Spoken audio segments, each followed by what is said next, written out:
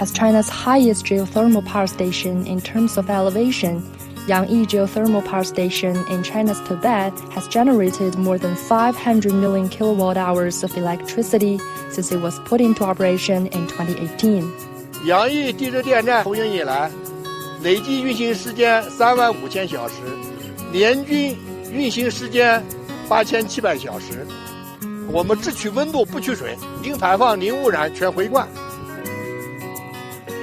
Every year, it can help cut 420,000 tons of carbon dioxide emissions, 6,200 tons of nitrogen oxide, 12,000 tons of sulfur dioxide, and save 116,000 tons of standard coal.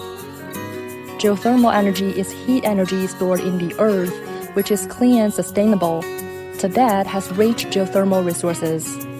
With an estimated investment of 480 million yuan, the station's Phase 2 project is expected to provide more application scenarios in the fields of heating, vegetable greenhouses, and medical and healthcare.